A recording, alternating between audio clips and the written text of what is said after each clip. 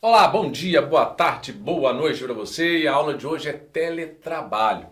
Nessa aula, nós vamos tratar do teletrabalho, que nada mais é do que o trabalho à distância. O teletrabalho, ele vem tendo um grande crescimento no Brasil, sendo que várias pessoas já conseguem trabalhar dentro de casa. Principalmente se o trabalho puder ser todo feito por meios eletrônicos. Isso é uma facilidade imensa. Em grandes centros, facilitem muito a vida das pessoas. Por quê? Porque tem empregado que ele gasta 1 a 2 horas dentro de um transporte para chegar no local de trabalho. Se ele trabalha em casa, com certeza vai ter mais tempo com a família. E em tese vai produzir mais. O artigo 6º da CLT não distingue entre teletrabalho realizado no estabelecimento do empregador ou aquele realizado no domicílio do empregado e realizado à distância, desde que estejam caracterizados os pressupostos da relação de emprego, que é a subordinação, a habitualidade, onerosidade e a pessoalidade, o famoso SHOP. Lembrando que a habitualidade é a mesma coisa que não eventual. Esses são os requisitos, os elementos para caracterizar a relação de emprego. Então é importante você identificar isso aqui. Então nós temos o teletrabalho, que é a mesma coisa que o trabalho à distância. Não se esqueça. S de subordinação, H de habitualidade, O, onerosidade e pessoalidade.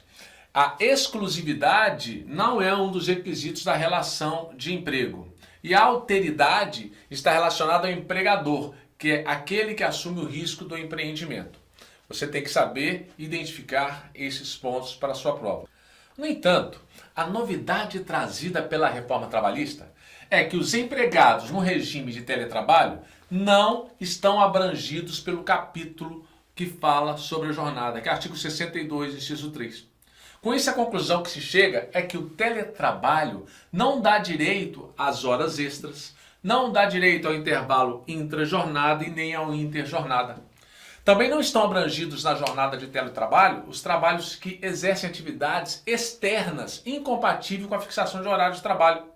Os gerentes também de cargos de gestão. Vamos fazer a leitura do artigo 62 para ficar melhor. Não são abrangidos pelo regime previsto neste capítulo. 1. Os empregados que exercem atividade externa incompatível com a fixação do horário de trabalho, devendo tal condição ser anotada na carteira de trabalho. Então tem que anotar isso na carteira de trabalho. 2. Os gerentes também, assim considerados os exercentes de cargos de gestão, aos quais se equiparam, para efeito de disposto nesse artigo, aos diretores e chefes de departamento ou filial. Também não tem direito a horas extras. 3. Os empregados em regime de teletrabalho. É o que eu disse para vocês. E se você não sabe o que é teletrabalho, você tem que fazer a leitura dos artigos 75A até o 75E. Mas vamos fazer uma síntese do que seria o teletrabalho. De acordo com a reforma trabalhista, se o empregado trabalhar preponderantemente fora das dependências do empregador, com a utilização de tecnologias de informação e de comunicação, não se constitua como trabalho externo, essa prestação de serviço será o teletrabalho. Quando falamos preponderantemente, isso significa que, caso seja necessária a presença do empregado no estabelecimento do empregador, esse fato por si só não irá descaracterizar o regime de teletrabalho. Todas as atividades realizadas, elas deverão estar expressamente no contrato de trabalho.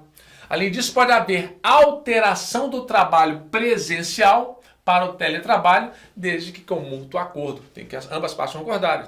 Se o empregador quiser transferir o empregado do teletrabalho para o presencial, ele deve comunicar isso com um prazo mínimo de 15 dias para essa transição e que passa um aditivo contratual. Tem que ter um aditivo contratual. No caso de transferir do teletrabalho para o presencial, não precisa de mútuo acordo. Então esses 15 dias é para a transição. Atenção que aqui não precisa de mútuo acordo. Agora, do presencial para o teletrabalho, tem que existir mútuo acordo. Do teletrabalho para o presencial, basta um prazo de 15 dias de transição e o aditivo contratual.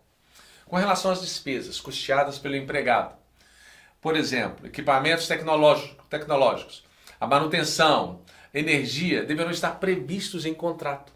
Não existe uma regra que todos os equipamentos devem ser fornecidos pelo empregador. Tudo deverá ser ajustado em contrato escrito. E esses valores não vão integrar a remuneração do empregado. O empregador também, ele deverá ter uma preocupação de instruir os empregados de maneira expressa e ostensiva quanto às precauções para evitar doenças e acidentes do trabalho, sendo que o empregado deverá assinar um termo de responsabilidade comprometendo-se a seguir as instruções fornecidas pelo empregador. Não se esqueça de fazer a leitura desses artigos 75A a 75E.